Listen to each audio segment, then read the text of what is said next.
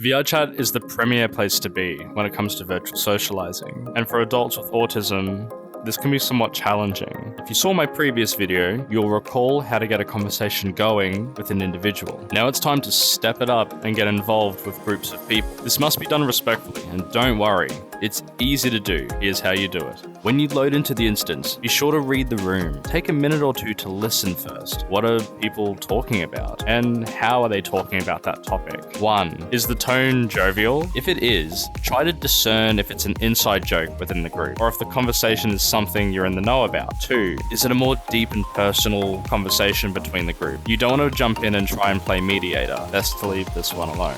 3. Is the topic controversial? You're here to make friends, remember, not engage in debate. So decide wisely on what you want to do. 4. Is the topic something you're familiar with? If so, comment in a way that doesn't come off as a know-it-all type of response. Instead, compliment their point of view and comment what would be relevant at the time. With your approach, it's best to be in proximity to the group rather than imposing on the group at the first instance directly. When it comes to the number of attempts, I'd recommend to only attempt twice. See, the reason is because people can tell when you're trying to get involved for the sake of being involved, and normally, after the third attempt, more often than not, people get irritated. If you're having any doubt about your success, remember that the more you try, the more you'll learn. You may not get it the first time, and that's okay.